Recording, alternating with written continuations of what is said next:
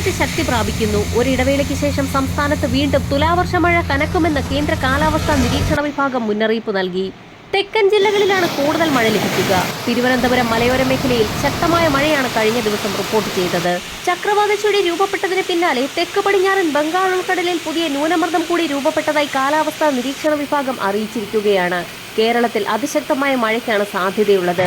ഉച്ചയ്ക്ക് ശേഷവും വൈകുന്നേരങ്ങളിലും രാത്രി വൈകിയും ഇടിമിന്നലോട് കൂടിയ അതിശക്തമായ മഴയ്ക്കൊപ്പം മണിക്കൂറിൽ 40 മുതൽ 45 കിലോമീറ്റർ വരെ വേഗതയിൽ വീശിയടിച്ചേക്കാവുന്ന ശക്തമായ കാറ്റിനും സാധ്യതയുണ്ടെന്ന് കാലാവസ്ഥാ നിരീക്ഷണ വിഭാഗം അറിയിക്കുന്നു. ബംഗാൾ ഉൾക്കടലിൽ ശ്രീലങ്കയ്ക്ക് സമീപത്തായാണ് ഇന്നലെ ന്യൂനമർദ്ദം രൂപപ്പെട്ടത്. കേരളത്തിൽ ഒറ്റപ്പെട്ട ഇടങ്ങളിൽ ഇന്ന് മുതൽ 20 വരെ ഇടിമിന്നലോട് കൂടിയ മഴയ്ക്ക് സാധ്യതയുണ്ടെന്നാണ് മുന്നറിയിപ്പിൽ വ്യക്തമാക്കിയിട്ടുള്ളത്.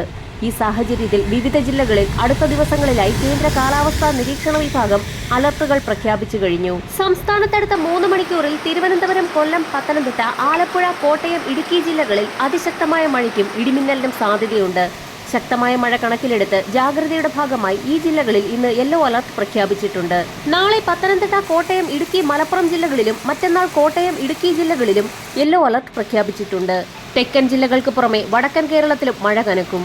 തിരുവനന്തപുരം മുതൽ കാസർഗോഡ് വരെയുള്ള തീരദേശ മേഖലകളിൽ അതീവ ജാഗ്രത പ്രഖ്യാപിച്ചു. കേരള, കർണാടക, ലക്ഷദ്വീപ് തീരങ്ങളിൽ ഇന്ന് മത്സ്യബന്ധനത്തിന് തടസ്സമില്ല എന്നും കാലാവസ്ഥാ നിരീക്ഷണ വിഭാഗം അറിയിക്കുന്നു. മഴ തുടരുന്നതിനിടയിൽ മുല്ലപ്പെരിയാറിൽ തിരക്കിട്ട നീക്കം. മുല്ലപ്പെരിയാർ ഡാമിന്റെ സുരക്ഷയിൽ ആശങ്ക വേണ്ടെന്നും ഡാമിന് കേടുപാടുകളില്ല എന്നും നാഷണൽ ഡാം സേഫ്റ്റി അതോറിറ്റി വ്യക്തമാക്കി. അണക്കെട്ട് സന്ദർശിച്ച് പരിശോധന നടത്തി 4ാമത്തെ സമിതി യോഗത്തിന് ശേഷം മാധ്യമങ്ങളോട് സംസാരിക്കുകയായിരുന്നു national dam safety authority chairman Anil Jain.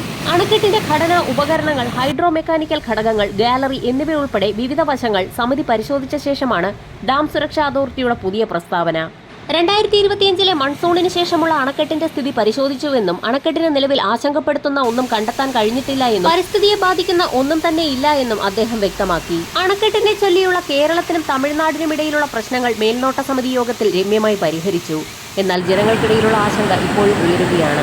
അതേസമയം കേരള തീരത്തും ഉയർന്ന തിരമാലകൾ കാരണം കടലാക്രമണത്തിന് സാധ്യതയുള്ളതിനാൽ മത്സ്യത്തൊഴിലാളികളും തീരദേശവാസികളും അതീവ ജാഗ്രത പുലർത്തണമെന്ന് ദേശീയ സമുദ്രസ്ഥിതി പഠന ഗവേഷണ കേന്ദ്രം മുന്നറിയിപ്പ് നൽകി.